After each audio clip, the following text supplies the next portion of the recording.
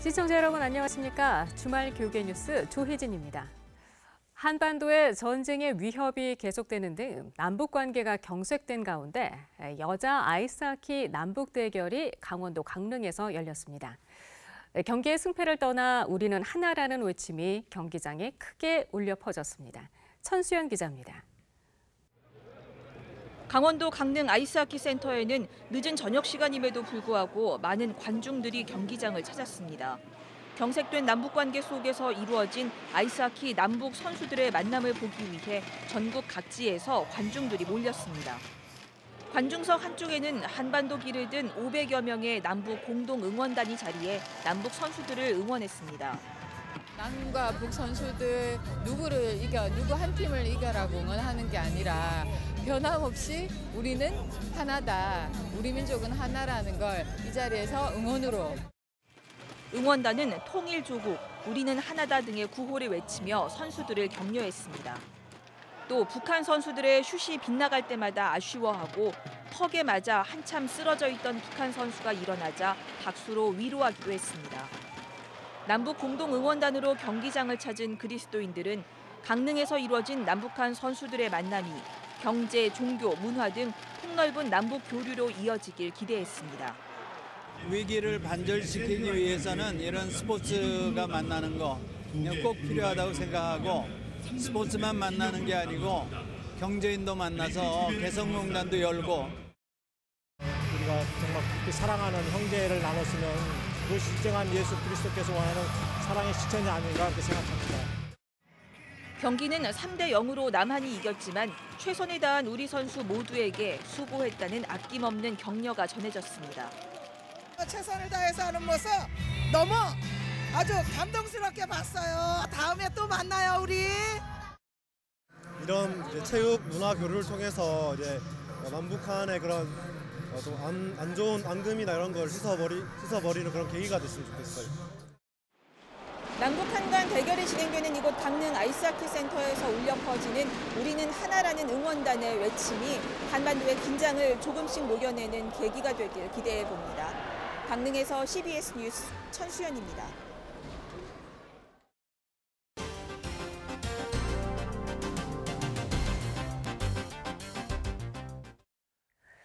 새누리당에 이어 이번엔 국민의당이 지구당 조직 과정에서 신천지 신도들을 조직적으로 가입시켰다는 주장이 제기돼 논란이 커지고 있습니다. 송주열 기자의 단독 보도입니다. 국민의당 강원도당의 한 관계자가 CBS의 문을 두드렸습니다. 과거 신천지 연루설이 있던 당 소속 시의원 Y씨를 통해 신천지 신도 수백여 명이 당원으로 가입한 의혹이 짙다는 겁니다. Y씨가 지난해 11월부터 2달 사이에 당원으로 가입시킨 700여 명 가운데 상당수가 신천지 신도로 의심된다고 밝혔습니다. 특히 Y 의원의 추천을 받은 모바일 등록 당원 500여 명 가운데 80%가량이 신천지 원주본부와 분실이 있는 우산동과 태장동 거주자며 20대 청년층이 주를 이루고 있다는 겁니다. 국민의당을 지지하는 분은 대부분 나이 드신 분들인데 90년생, 88년생, 더 확정적인 거는 있잖아요. 지역이 우산동하고 태장동입니다. 그 들어온 사람들 대부분 80% 이상이. 지난달 말 치러진 국민의당 대선 후보 경선에서도 신천지 신도들이 대거 동원됐다는 의혹을 제기했습니다. 강원도 지역 순회 경선에서 국민의당 지지자 4,700여 명이 현장 투표에 참여했고 원주 지역이 춘천과 강릉보다 2배 이상 많은 1,600여 명이 참여했는데 이를 신천지에서 조직적으로 동원했다는 겁니다. 결정적인 것, 국민의당 내부에도 신천지가 있는 거예요. 우리 당이. 이거 누가 동원한 것 같다.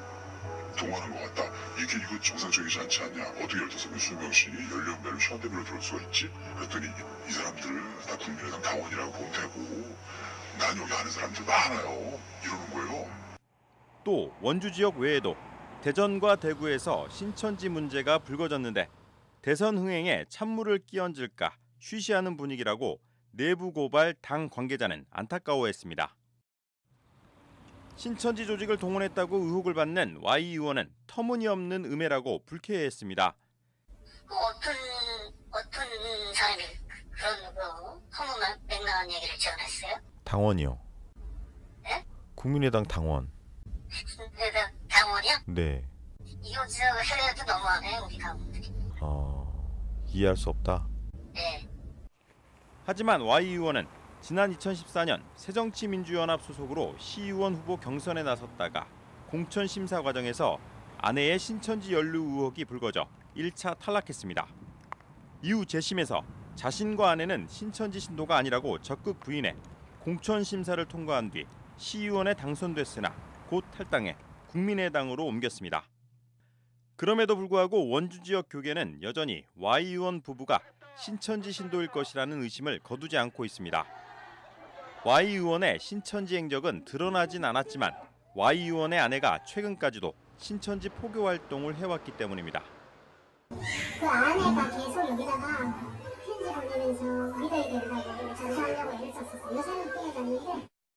이번에 신천지 연루설이 불거진 국민의당 강원도당은 당원 당규에 따라 진상조사를 철저히 하고 신천지를 비롯한 사이비 집단이 불순한 목적에 따라 접근하는 것을 근절하겠다고 밝혔습니다.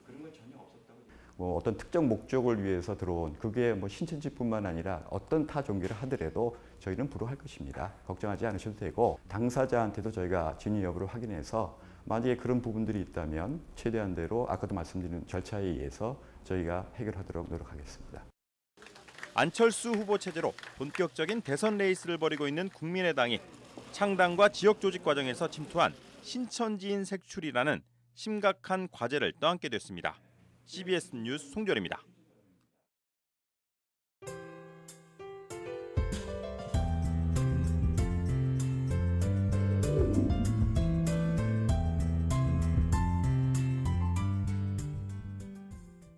문화 현장 시간입니다. 교계 문화계 행사 가운데 4월에 열리는 행사가 바로 서울국제사랑영화제인데요. 어느덧 14회를 맞이한 이번 영화제 소식을 이사라 리포터가 전합니다. 제14회 서울국제사랑영화제가 오는 20일 개막합니다. 주최 측은 이번 영화제를 통해 우리 사회와 개인이 다시 새롭게 도약하길 소망한다며 다시라는 주제를 선정했다고 밝혔습니다. 특별히 이번 영화제는 기독교의 사회적, 문화적 책임을 강화하고자 하는 시도를 담았습니다. 이제부터의 서울국제사랑영화제는 그런 의미에서 더욱더 적극적으로 이 사회를 향한 우리 민족과 다음 세대를 향한 문화적 책임의 영역을 좀 더 분명히 하는 데 있다고 생각하고 주최 측은 기독교의 핵심 가치인 사랑을 영화 예술로 승화한 작품 소개에 중점을 두고 전 세계 20여 개국에서 출품된 400여 편의 영화 중에 27편을 선정했습니다. 매회 화제가 되는 영화제 홍보대사는 드라마 파리의 연인 등의 주연을 맡은 배우 김정은 씨를 위촉했습니다. 정말 뜻깊고 좋은 영화 많이 같이 보고 얘기 나누고 또 무언가 마음을 나눌 수 있는, 믿음을 나눌 수 있는 그런 시간 많이 됐으면 좋겠고요. 영화제는 오는 20일부터 25일까지 서울 신촌 필름포럼에서 닷새 동안 진행되며 27편의 영화 상영 외에 다양한 시네토크와 문화포럼, 관객과의 시간 등이 마련돼 있습니다. CBS 뉴스 이사라입니다.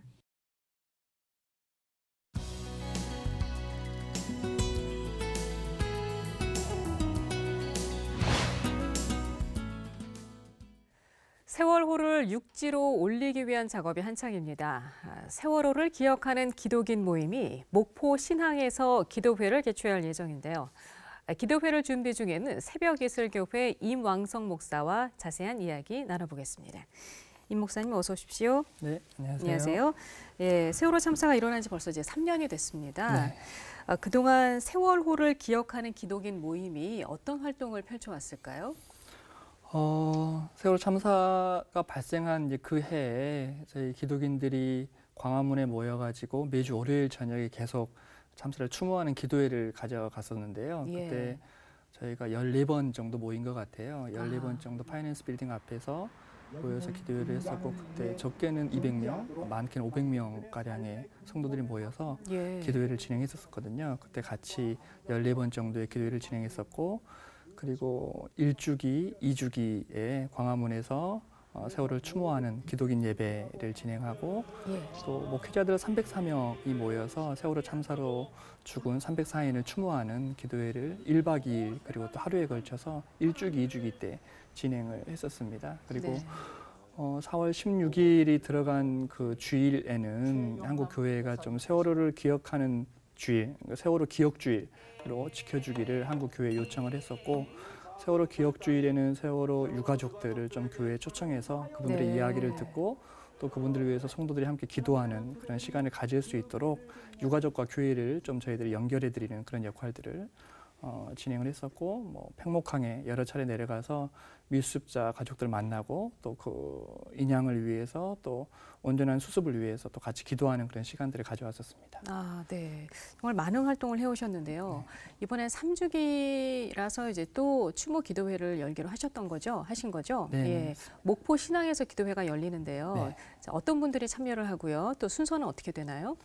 저희가 처음에는 버스 한 대 정도 내려갈 걸 예상을 하고 한 대를 신청을 해놨었는데 뭐 열자마자 굉장히 많은 기독인들이 신청을 해주셨고 그래서 한 대가 뭐 금방 다 차서 다음에 또 한 대 더 추가를 했거든요. 근데 버스를 2대를 마련했는데도 불구하고 지난주 정도에 이미 다 신청이 마감됐고 그 이후에도 계속적으로 많은 분들이 연락을 해주고 있는데 함께 가지 못해서 좀 아쉬운 부분들이 있고요. 아, 그럼 일반 기독교인들이 다 그렇게 참여 의사를 밝히고 있는 중인가요? 네, 맞습니다. 그래서 주로 청년들이 많이 신청을 해주셨고요. 그리고 또 목회자분들도 신청을 해서 같이 내려가시고 또 직접 저희와 같이 서울에서 움직이지는 않지만 지방에서도 익산이라든지 또 목포 근처에 있는 무안 이런 곳에서도 교회 단위로 또 주일학교 청년들과 함께 참여하시겠다라고 하신 분들이 많이 계셔가지고 한 130여 분 정도 같이 예배를 드릴 수 있지 않을까 그렇게 생각하고 있습니다. 아, 네. 그럼 어떻게 진행이 되나요, 기도회는? 저희가 내려가서 일단 2시 정도에 같이 모여서 함께 그 미수습자 가족들과 함께 기도회를 진행하려고 생각하고 있고요. 그리고 기도회 끝나고 나서는 뭐 상황이 워낙 현장의 상황이 유동적이기 때문에 가능할지 모르겠지만 미수습자 가족분들과 함께 간담회 진행하고 그분들이 교회에 원하는 것이 무엇이고 또 어떤 기도 제목 있는지 함께 듣고 기도하고 격려하는 또 그런 시간 가지려고 합니다. 그리고 또 직접 내려가지는 못하지만 이분들에게 좀 후원하고 싶다라고 하신 분들이 또 모아주신 후원금이 있거든요. 또 그것들도 미수습자 가족들에게 전달하는 시간 가지려고 하고 있습니다. 네, 이렇게 세월호 참사 유가족들과 함께 이렇게 마음을 모으는 작업들을 쭉 해오셨는데 이제 반면 이제 일부 보수적인 기독교계에서는 좀 상처를 주는 말들을 하기도 해서 힘들어하기도 했어요, 유가족분들이. 쭉 지켜보시면서 세월호 참사 이후에 교회가 돌아볼 부분은 뭐라고 생각을 하십니까? 뭐 사실은 일부라고 하지만 또 정말 또 많은 기독교 보수 기독교 쪽에서 직접적으로 상처를 주기도 하고 또 직접적으로 말은 하지 않지만 은연중에 그분들에 대한 거부감 또 불편함들 이런 것들을 표현하는 이런 분들도 많이 계셨던 것 같아요. 뭐 여러 가지 복합적인 이유가 있을 것이라고 생각하지만 제가 봤을 때는 근본적으로 한국 교회가 고난받는 이들에 대한 공감의 능력, 연민의 능력 이것들을 상실하고 있었고 그것이 이번 세월호 참사를 통해서 적나라하게 드러나지 않았나 하는 생각들을 좀 해보게 됩니다. 사실 공감의 능력이라고 하는 것은 뭐 기독교라고 하는 특정 종교를 떠나서 신앙인들 또 종교를 가지고 있는 사람이라고 한다면 당연히 가지고 있어야 할 최소한의 그런 마음임에도 불구하고 한국교회가 그동안 교회 성장과 또 부흥을 위해서 달려오는 동안에 그 가장 기본적인 고난받는 일에 대해서 또 아파하는 이들과 함께 해줄 수 있고 또 함께 눈물을 흘려줄 수 있는 그 마음을 상실해버린 것이 아닌가라는 생각이 들고요.